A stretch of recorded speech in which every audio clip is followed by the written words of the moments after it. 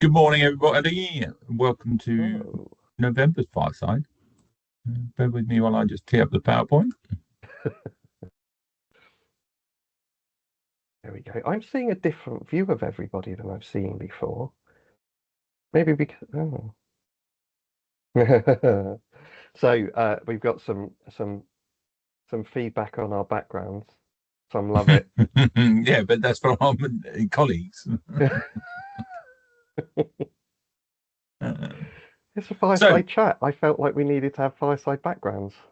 yeah, hmm, don't read anything into the differences that we've into our personalities from the firesides that we've selected. I think you can. I think you definitely can. It was done With very quickly. your smoking lounge leather seats. Absolutely. So what are we doing today? I was just waiting a couple of minutes for some other people to join, but we can dive into it right now. Why don't we let's start our agenda. Talk about what we're going to talk about before we talk about it. There we go. So we've got some thank yous to start with. Yeah. Uh, You're uh, good. You're going to grill me on some security, aren't you? don't turn everyone off. It doesn't get much more interesting than We conversations really about should. IT security, does it? Really should have done the what's the new stuff that you can have right now as feature number one to try and increase the length of time that people listen to us before I drone on about GDPR. Yeah. And we've got some new features to talk to you about. They're not massive, but it is interesting. Yeah, we are starting to see some more new stuff coming in. Absolutely. We'll talk about GDPR. If we haven't bored you enough with security, then we'll make it even worse by talking about data protection. And then I've been occupied a little bit, I suppose, over the past few weeks with looking at what's going on with online search. And I just wanted to start some conversations about that. Really interested to hear from you what you're seeing, what you're thinking, what you're planning, Absolutely. if at all. Yeah. And then we've got some updates on the WinterWorks project. Yep. Windows 10 end of life in particular. And then, as ever, we would like you to contribute and ask us some questions. So, Absolutely. So we've got our Q&A and our chat windows. So I've got both of those open. So as we're talking away, I can keep an eye on any questions that come through. So feel free to drop your questions in, um, ideally in the Q&A, but I'll keep an eye on both Q&A and chat. thank Okay. you. It's okay. I appear to have pressed the wrong button there. You definitely did. It's over. Yeah. Let's start again. So, we've got a few thank yous. First one is for some feedback that we've been receiving from all of you. It's really, really helpful. I've, in many conversations in my history of work, I've equated running a support function to running payroll. In the nobody ever comes to you and says, "Thank you for paying me correctly this month." But if you don't pay people correctly this month, then you find out very, very quickly. So it can be Mhm. quite a thankless task. Um, so some of the unsolicited emails and updates that I've received from people telling me that they're experiencing an improvement in our support service has been fantastic. And I'm very grateful. We obviously share them straight away with the whole team. And I think that the whole team really appreciate the fact that they're being recognised. I personally appreciate it because it's not just Andy banging on about what we should be doing differently. So thank you very much for I agree. anybody that's taken the time out just to drop us a message. It also goes the other way. So thank you to anybody who's telling us when we aren't getting things right, because we can do something about it and we can put it right. Yeah, So that's really, you're helping us police what we're doing, which is great. it Um, really is. we've done a number of communication exercises going all the way back to the acquisition. And the big thing that we're really struggling with is finding out who we should email.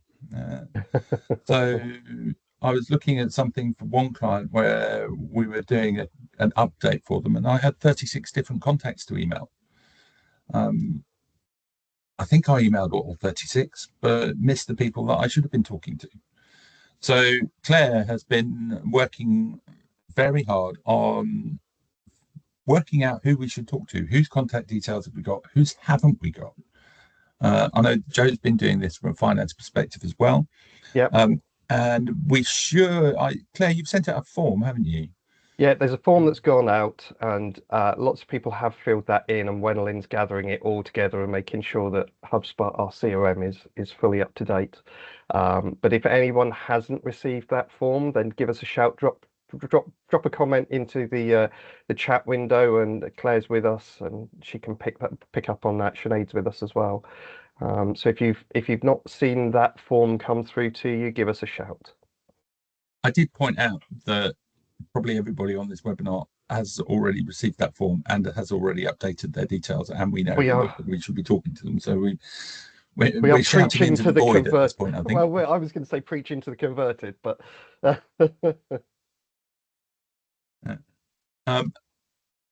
and yeah, thank you for helping us make this all better. We did a big project to migrate off a server that we inherited from K3 this month. And we've learned an awful lot. And we've got some feedback from people on how we can improve on that. And again, it's really beneficial. We're learning from it, and we will be doing things better. So that's it for the thank yous. Security. Hold back. Head back, hold tight. Here we go. This is really interesting. So we picked up some bits and pieces from looking at the winter works about how we can improve security. And this is securing your data. No one wants to be in a situation where they get a data breach and you have all of the embarrassment of having to talk to the press about that. So we're very keen on you doing a few things. I'm not clever enough to be able to understand exactly what they are. Paul is. So Paul's going to tell us about them, and I'm going to quiz him so that I can understand it, in the hope that my lack of understanding is going to help the other lay people on this meeting. So, Paul. Yeah, so GDPR talks about two core principles of ensuring that your system is safe by design and safe by default. And it goes into a lot of depth to talk about what does that mean. It doesn't, GDPR, like every law, does not tell you exactly what you have to do. It tells you no, that's not the right slide. There we go. It gives you the general principles that you need to follow, and then you have to use your professional judgment on what the appropriate tools and technologies are to apply in order to meet the requirements.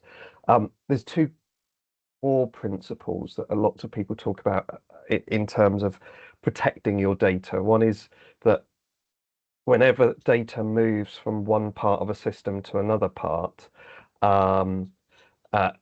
the data should always be encrypted. Now, we all see this on a day-to-day basis when we're going into our online banks and we're typing in www.hsbc.co.uk or whatever, and you see that padlock icon up in the top left-hand corner, and everybody's going to have that encryption set on their system. That's just a default that people go through now. But what about all of the other parts of the system as the data journeys through your servers to your databases and so forth?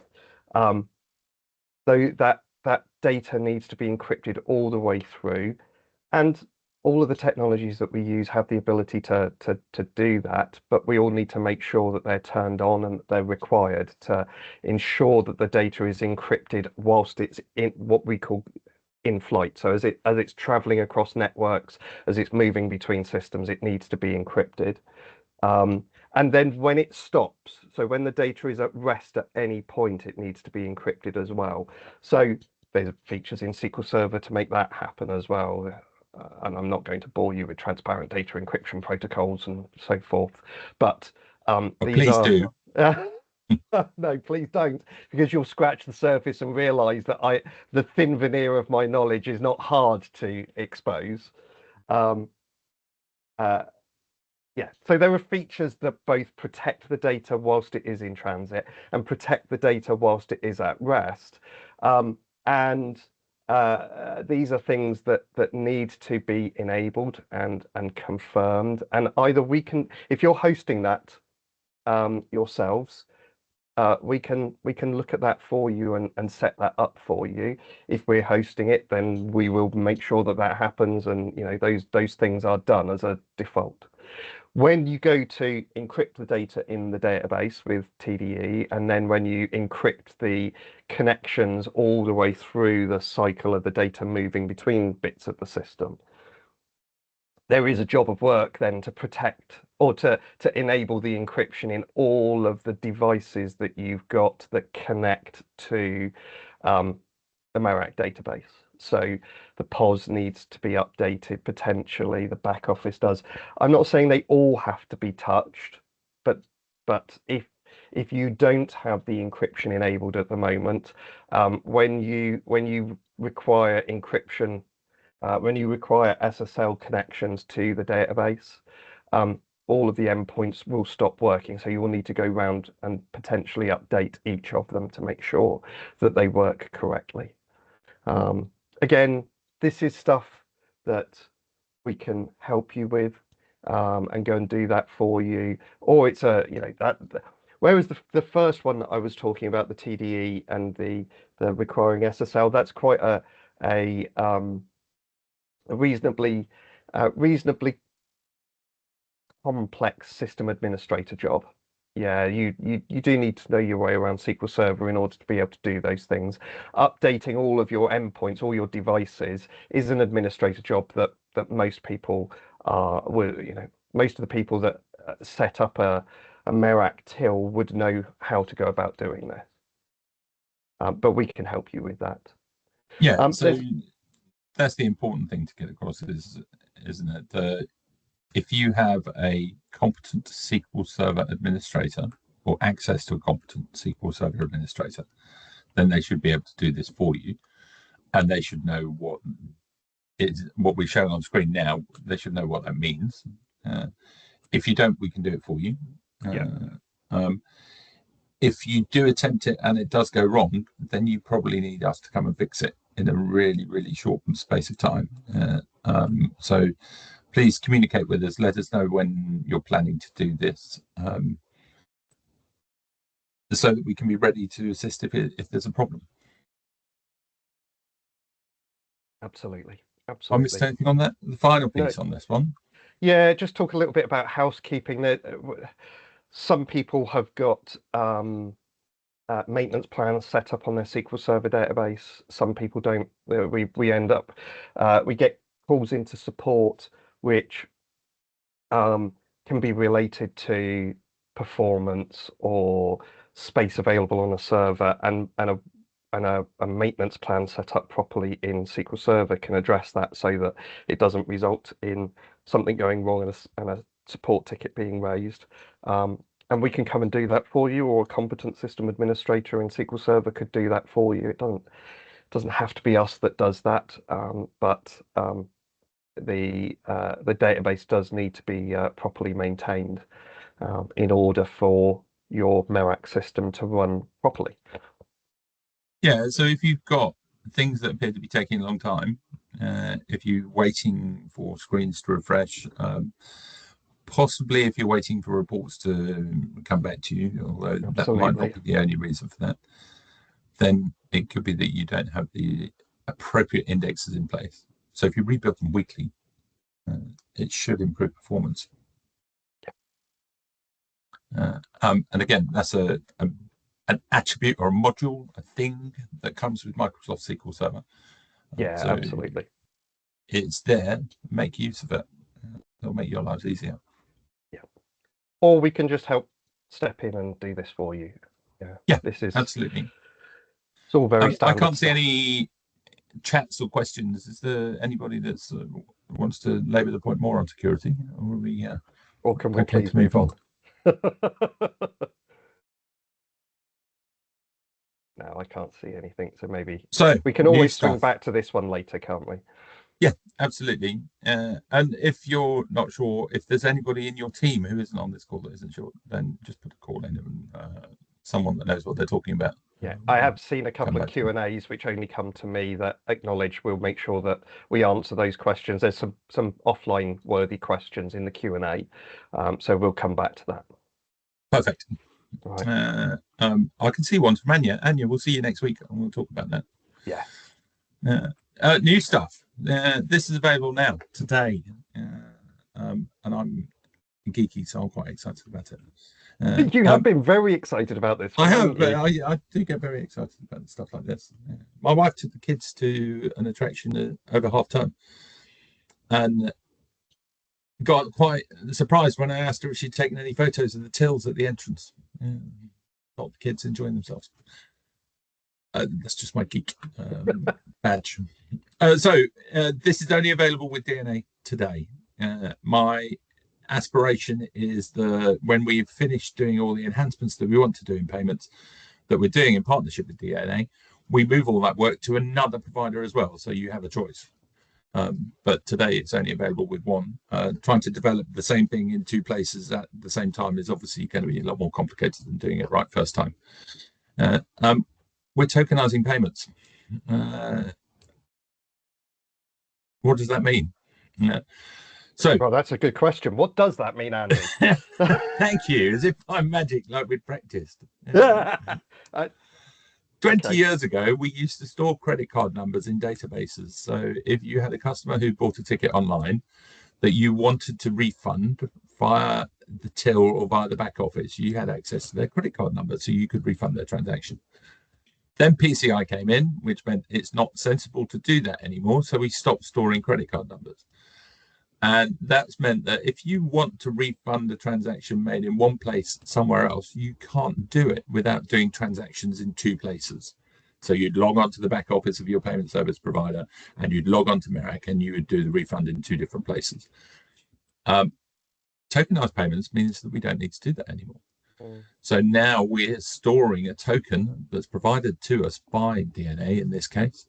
That references back to that transaction. So if you had a huge storm that came through that meant that you couldn't open the park that day, or you couldn't open your attraction that day, or you had a power cut or a leak or something like that, you could go into the back office and refund all those transactions in one go. Obviously, I didn't get the point of that though. But you were talking to me the other day that this can take days of work for people to implement, can't they? Yeah. I was having a beer in Edinburgh with Nick, who runs Edinburgh Castle, on a very stormy day, and he was bemoaning the fact that it would take them 4 days to refund all of the transactions that they were going to have to refund because they closed the castle the following day. That's not the best use cases. No one wants to talk about giving loads of money away, do they? No. But it does enable us to do lots of other things. So it's the start of doing things in a better fashion, more modern fashion. Excellent. Second element on this is pay by link. So if you're taking bookings or creating reservations over the phone or in a back office environment, you don't really want the customer to be reading out their credit card number over the telephone. Nope. If you've got voice recording software on your phone system, which is quite common, you need to stop the voice recording software so you're not recording the credit card number. You need to have policies and procedures in place to stop members of staff writing down the credit card numbers, all that kind of stuff. So Pay by Link is a new feature. It enables you to email a link to the person who's making that reservation. They then process their payment for that reservation online. And when that's completed, the Pay by Link service comes back and automatically updates that booking and marks it as paid. Again, use cases that I've just described is quite edge case. It moves into, or it enables us to move into spaces where we start looking at multiple payments for a booking. So if you're booking a large group visit of an ad hoc group, so it might be a stag party or a hens party or something like that, where you've got lots of people wanting to pay individually, but you want it all as one transaction so they can get the group rate, you can distribute multiple pay by links. That use case that I've just described isn't available yet. But this is potential. This is what, yeah, absolutely. It's all Claire waving at me to say, stop, you're over-promising. That's not there yet. But the pay by link for a single link for a reservation is there today. So it requires a new table in the database, and it requires some new processes. We obviously, if we're receiving a notification back from a different service to say this is paid, we need to store that somewhere. We need to store the tokens that relate to those payments. So that's what the new database table's for, and it requires the processes implementing to act on that table. It's available today for some clients that are using DNA. We've had lots of conversations about people's credit card processes and what have you. So there are a bunch of people who are looking at which payment provider to move to. This is just something that is available on the latest versions and in partnership with DNA. That's what's available today. It's exciting, isn't it? What we're looking at next on this is looking at a recurring payment authority against a card in place of a direct debit. So this would be for a membership or a recurring donation. Across the whole subscription world, so Netflix, gyms, Amazon, all those kind of places, people are reporting a drop in the uptake of direct debits, somewhere around 25%. So it's significant. Why? Why is that, you ask? Yeah. If you've got a more modern bank account like Monzo, Chase, they don't put your sort code and your account number on your debit card anymore. Oh, okay. So it's not because people don't want to use direct debits. It's just the faff of realizing you can't fill in the direct debit form then and there. Okay, yeah. I've got a piece of plastic with my number on it that allows me to pay, but not the numbers that you want. Yeah. So they're seeing a huge shift away from direct debits and onto recurring payment authorities against cards, whether that's a debit card or a credit card. The tokenized solution also allows the payment service provider to receive updates to card numbers if you are issued with a new card. Interesting. So that payment continues regardless of your the status of your credit card. That's interesting because there are, when I've done continuous authorities previously with Stripe, that has been one of the challenges that you have to deal with, especially if you only take the money from somebody annually. Chances are every single year, a reasonable proportion of the people that have got a membership with you are going to have to do something at the renewal because cards change. So being able to connect that up in a way that means that if there's a revised card number, it automatically works. It's actually that's really handy, isn't it? Reducing the load on the consumer. Yeah. And we're going to change, for those of you who are listening last month, there's some new legislation coming in that requires cooling off periods for subscriptions and the ability for a consumer to cancel a subscription as easily as they've been able to sign up to it. So there's a whole chunk of work coming in that space that's driven by what's going on in the rest of the world rather than what we're doing. But we want to be in a position to take advantage of it. We want you to be in a position where you're on the front foot, prepared for these changes as and when they come. I get the feeling when you put together this agenda, you took the meaty, interesting subject and you gave me the really boring one to start with. So thanks for that. Shush. I've got another interesting piece. Have you got another one? Oh, come on then. This is some new stuff that's coming soon. It's a little bit interesting. This is where we start talking about GDPR and PERC. I can't remember what that PERC stands for. I see. I think it's Pecker, not PERC.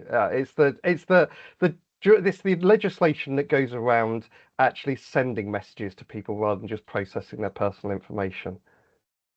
Yes, what he said. So it used to mandate or GDPR used to mandate that contacts needed to opt in to receive communications. You couldn't automatically opt someone in. They had to make an active choice to receive communications, at which point everybody's mailing list dropped off a cliff. The number of people signing up diminished massively. So there is some new legislation coming in, the Data Use and Access Act 2025, which is extending the soft opt-in to charities. The soft opt-in had always existed, but it didn't cover charitable purposes. It covered commercial, but not charitable. So we're doing some work on soft opt-in right now. For those of our attractions who are charities, this affects you massively. For those that aren't charities, then we're adding a new feature that you'll be able to take advantage of as well. So the soft opt-in, this comes from the Information Commissioner's website, allows you to market similar goods and services to existing customers on the assumption that they have already opted in. So they would like to hear more about the next event that you're running, or the next ticket offer that you have coming out. And after January, I think, it will allow you as a charity to solicit donations from people who have donated in the past. What we're going to do is introduce a new field called soft opt-in. That's going to go on all contact records, and we're going to enable this field to be pre-selected. We'll give you the ability to make this field pre-selected. It will appear on all contact records. So on your online forms for purchasing tickets, on your membership records, on your contacts for group bookings. I think there are 8 different areas that Dave has identified that this needs to go on. Part of the rule change is that you have to identify explicitly these soft opted in people. So if you have someone that's opted out, today, because we only have that single field where we're recording whether people have opted in or not, unless you're using the GDPR preference center, then we don't have sufficient data to support you in using the soft opt-in. So we'll introduce a new field, and the number of people that you can communicate with and excite with your next offerings should go up dramatically.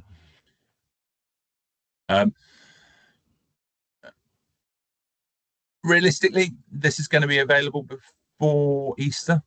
By the time we do the development and start making the code changes to the screens, that coincides with the change to the application or the implementation of the Data Use and Access Act.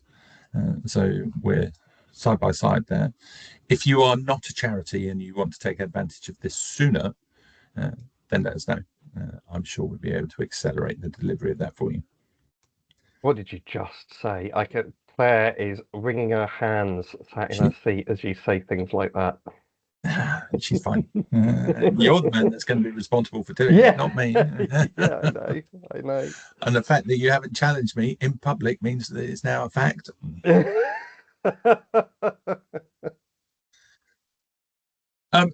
I've talked about that bit already. It requires changes to the database, and it requires updates to online and POS forms. Online search. Now do you want to talk about geek? This? Well, I was going to say this is the point where you get to geek out, because you've been doing a lot of work on this, haven't you? You've been reading around a lot, and I don't want to steal your thunder. I have an interest in the subject as well, but you've been diving deep into this, haven't you? Very much so.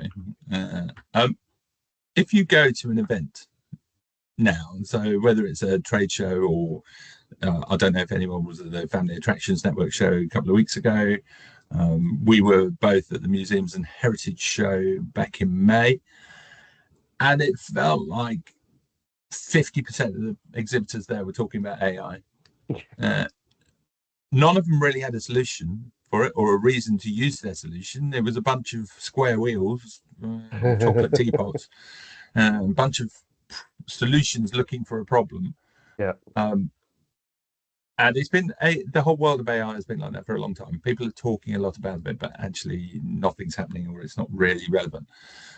For me, online search is where this becomes relevant.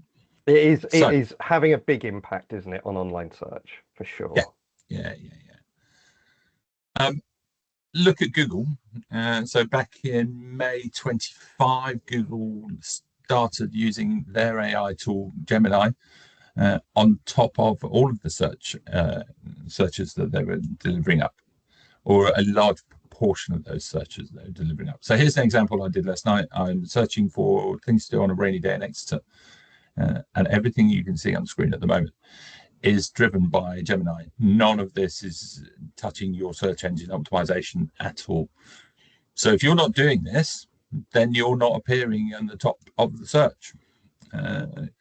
Google say that they've got 2 billion unique users hitting up, seeing this search every month. So while it's in its infancy at the moment, it is going to become very significant. And it's growing exponentially, sort of 5,000% year on year. So I think this is going to be quite significant. So it's Absolutely. massively, there is a huge amount more attention on this in the accommodation and travel world than there is in the attraction space. So this is something I saw on LinkedIn a couple of days ago. And there's sort of top 5, 6 hotel brands in the US, and looking at how they're appearing on AI search and where they're being marked on AEO, or answer engine optimization readiness. And then the bottom 2 are 2 OTAs. So if you've got consumers using AI search to book a hotel, they're going to be doing it through Expedia or Booking.com. Now that doesn't necessarily affect what you're doing, because you can just turn off Expedia and all of the OTAs. You don't need to be selling tickets through them. But replace these brand names on this screen with your competitors. So if you're on the back foot here and you're not staying up with what your competitors are doing, you are going to lose the search war. So how do you do this? What do you need to do? So you've got, your website now has 2 different audiences. The first audience is the family on the right hand side, looking for search, but that family are doing that through an AI module right now. So you need to be servicing that AI module as well. How do you do that? Every website has a file called robot.txt, and that file, it doesn't really police. It's there to indicate to the AI crawlers and the Google crawlers, the search engine people, what pages you want them to look at. 12 months ago, the instruction was to disallow AI crawlers because we were all concerned about these large language models just learning things from your data. Actually, you want them to learn things from your data, because if you don't, you're not going to appear in that AI search. So allow them in.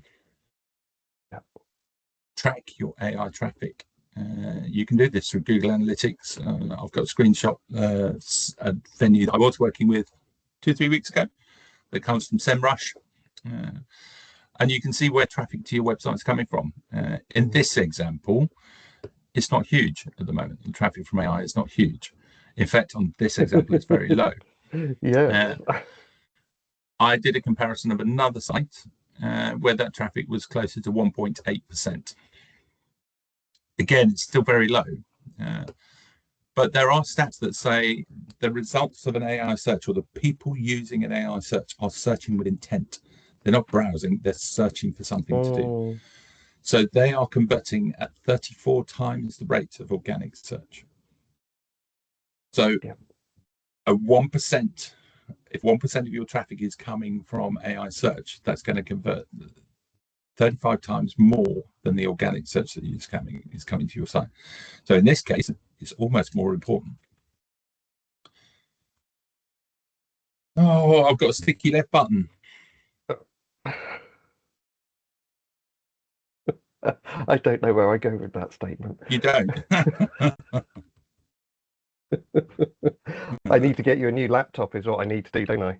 Well, this is just the keyboard, I'm afraid. Okay. I can So definitely one get you a new website, two keyboard. audiences, track your AI traffic. AI bots like structured data. Yeah. So rather than you having lots and lots of beautifully written prose, the AI doesn't like that. They want to see this kind of stuff. And this Apollo.ai is nothing at all to do with the attraction of industry. It's a tool for people selling things to other businesses. But these are the FAQs on their website. Does Apollo provide a large and rich B2B contact and company database? So this is written for a machine to read, not for a human. Because humans don't like reading structured data. So you really need to start looking at your one website, your one domain, having two different audiences. The other things you can do in that space is look at how you're being represented on review sites. Is your constant content continually changing? Can you link to other pages? Can you get your content into other areas so that the AI sees it as you become an authoritative source on those things? This isn't a fact, or there is a fact, but the supposition, conclusion that I'm drawing from that fact isn't necessarily correct. But most terms that are being searched for in AI, or where AI is returning responses in Google, are on searches that have very, very low traffic and very, very low PPC values. Of course, Google earn all their money from PPC values, so they're being very cautious at the moment about not killing their main business. So Yeah. they're pushing this out to those searches It's, that have a lower value. So it could actually be quite a cost-effective way of you generating some additional traffic. Right. So move some of your PPC budget, or potentially move some of your PPC budget. We are doing a lot of work on this right now. We're looking at how we make the new e-commerce, or the next generation e-commerce tools that we're building for Merac, work in a much better fashion with AI. We're right at the early stages of that. There are some things that are only available in the US at the moment to enable you to transact through AI rather than doing it through your website. But Paul's been working on those. it is really exciting, isn't it? The thought that you could be able to have a conversation. You'll take your rainy day example and chat away with ChatGPT, saying, "What can I do this rainy day?" and be offered a link to be able to buy your tickets then and there with natively within ChatGPT. Um, it's possible in the US. It's not possible over here yet, but it's an exciting opportunity that we're really looking into in more depth. And then, so one of the things that one of our founding discussions, one of our founding conversations that Paul and I had was that we have this hugely artificial separation today between booking and your main website, not just within Merac, across the industry. Yep. You go onto, I don't know, Alton Towers or Warner Brothers, and there's still a book now button, and you go off to a completely different page. We're looking right now, we're in a couple of projects right now about removing that separation and really embedding the online purchase process, the online action into what you're doing on your website. So if you're interested, give me a call. Let's have some more conversations. I see it as the way forward. Yep. New hardware options. Winter works and new hardware options. How exciting! This is good stuff, isn't it? That you've been working on this week. I think so. So we have a brand new option that we haven't finalised yet. We're now in a position to start leasing hardware to you. So you get away from this massive capital expenditure that you're going to have to fund every 5 years or so every time your point of sale equipment needs to be replaced. You can lease it. Yeah. So you don't need the capital budget. You don't need the capital expenditure. You can actually lease hardware on a 4-month term. So you're not tying yourself into a huge ongoing relationship. You can have brand new kit for 4 months and then you send it back. We're working directly with the manufacturer to achieve this. So I'm assuming they do something with that old hardware when it gets returned. I don't know what. but it is all new kit that's being supplied to you. Excellent. It's on a monthly fee, and it includes the next day on-site service to fix or replace something that's broken. So if you've got a hardware maintenance contract at the moment, you don't need it anymore because it comes with the terminals that you're leasing. Obviously, what's not to love about this, eh? well, I'm just about to tell you Okay. that. The next day on-site service is provided directly by the hardware manufacturer. So you're going to have an engineer turn up on site with a replacement component. They could be a memory, motherboard, screen, processor, whatever. They're not going to install Merac onto that if it has been removed. So we're extending that service to include the remote reinstallation and recreation of Merac onto any failed tools. So not only do you not have to not find the capital anymore, you can potentially save money on not having your hardware contract anymore because it's all rolled into the same thing. I think I'm at risk of really upsetting Claire by changing what we're doing on this every time that we talk about it. But this is a brand new option, like I said. We have jumped into this. Let's just rewind for those people that weren't with us last month. Let's just remind everyone about the Winterworks project. This is the idea that there's always every year lots of things that need to be done in the off season, and in order to, I guess, optimize our workflow and make sure that we're not visiting the same place multiple times, and also in order to try to gather together purchasing requirements to try to optimize the benefit of buying as a collective, we put this Winterworks project together, didn't we? And it included a number of things. So it covers the boring DBA security stuff I talked about at the beginning, but it also looked at POS hardware, because some people are operating POS hardware that's way beyond end of life. It covers, Windows 11 upgrades, doesn't it, and things like that. And part of it was hardware replacement, wasn't it? Yeah. And so this lease option applies to everybody. It's not just about the Winterworks, but we think it's an interesting part of the Winterworks because, perhaps not everybody had been planning to replace their end of life kit, and the Winterworks that we proposed was a bit of a surprise to some people. They weren't prepared for it, and this enables them to buy into that Winterworks program without a massive capex investment. Yeah, as you were saying that, I've just thought of another advantage of this. You might not like me sharing this. I know Claire definitely won't. And so on our agenda for delivery on or around Easter is the ability for your customer to order food from your catering outlets via their mobile phone. Yeah, self-serve F&B. Absolutely. The next step on that is going to be moving that online experience to a kiosk. So if you're not sure that kiosks are going to work for you, if you are stuck with a bunch of tills that you need to replace because they've all become end of life, you don't need to be looking at running those tills for the next 5 years and depreciating that investment over 5 years. Yeah. You can lease them now, and as and when we're ready to look at kiosks going into your catering environments, you can send them back. Yeah, so you could lease the kiosk for 4 months. No, not the kiosk, because we haven't done that bit yet. You can lease the till that you need until we've done the kiosk. Yeah, absolutely.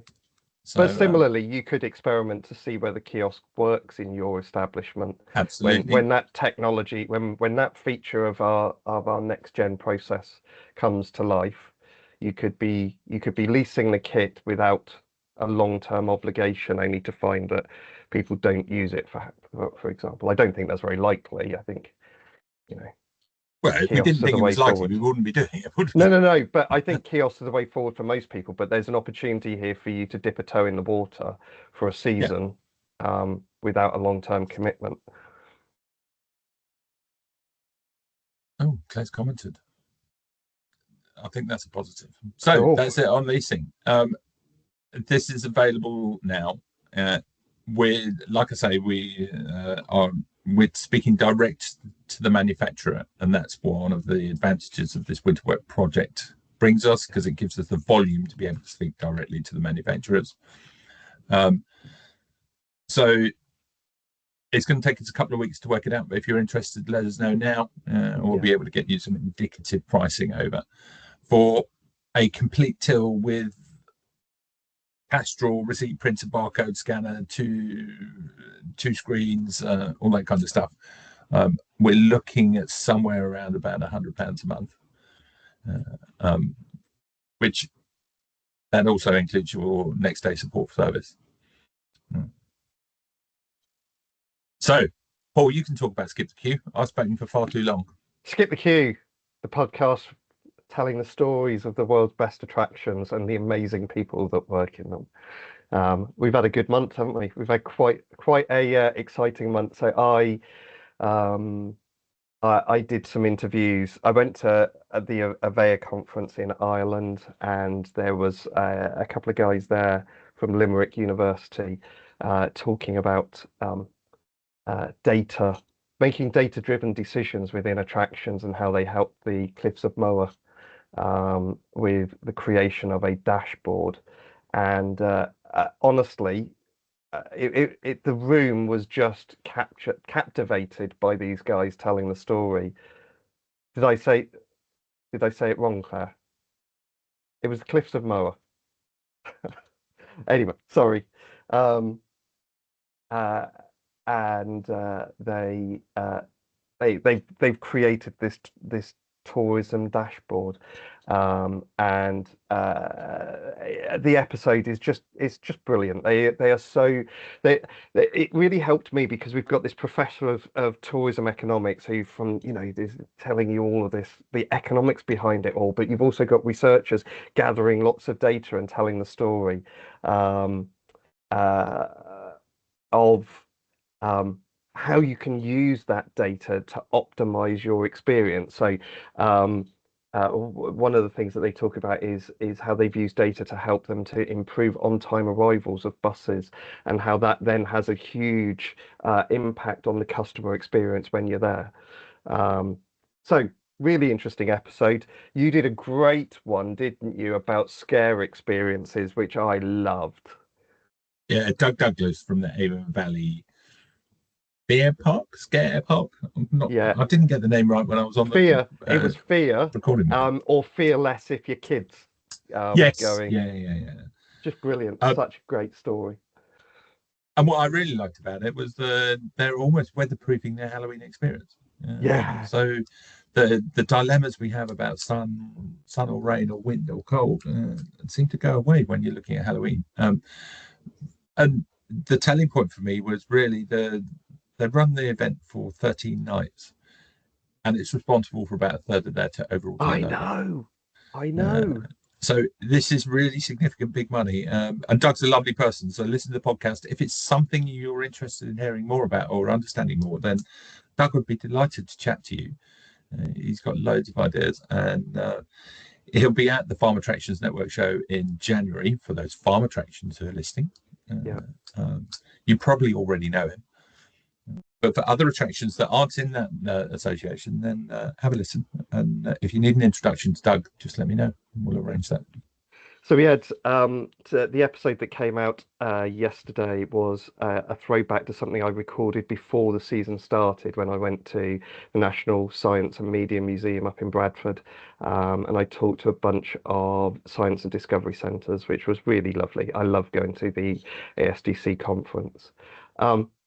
Andy and I are we're always interested in how we can turn really interesting attraction stories into a podcast episode. So if you've got a story that you'd like to tell that you think people would be interested in listening to, we would love to talk to you about it. We are planning out the second half of season 7 at the moment. We always take a seasonal break over the Christmas period. So we've got a few more episodes to record before we take our mid-season break, and Emily and Sammy are planning out the second half of season 7 at the moment. So if you've got something you'd like to talk about, we can come on site and we can do a walk and talk. We do enjoy those; they're quite fun. But we can also do a video interview, and yeah, we can tell your stories online. We'd love that, wouldn't we, Andy? Absolutely. Good stuff. I think that is all of our content, isn't it? Or have I missed a I call think to it is. action? Yeah. That's it for our slides. Yeah, so there's been lots of comments. I know there's been lots of interest in leasing, so I know that Claire and Sinead will be picking up on that. Does anyone have any questions they'd like to ask?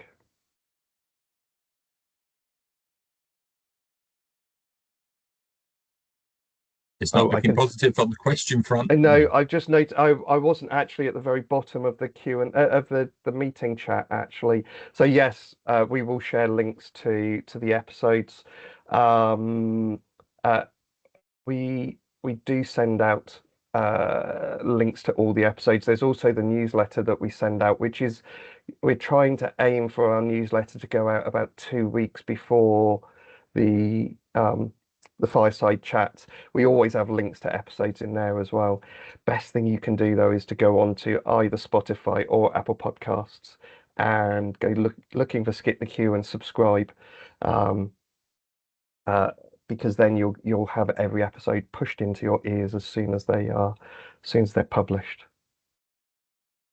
Any other questions before we wrap this up? Because my voice is getting more and more croaky and Barry Whitish, which apparently Claire says gives her the ick. So So thank you all for your attendance. We will publish this to the YouTube channel, and hopefully do it much more quickly than we have been doing so far, because it's not going to rely on me to do it. no, absolutely. That's not playing to our strengths, is it? The team will Keep follow watching through and this. do that. Keep watching this space. We are planning to add some more use case stories and talking about new features and how you can use them onto a separate webinar. So this will become the fireside chats are much more about what we're doing, where we're going, and what's going off in the industry. The other webinars will be around how you do things and why we've developed different features, that kind of stuff. Thank you all. Enjoy the Wonderful. rest of your day. Thank you, Simon. Thank you, Lewis, for your thank yous. Bye bye.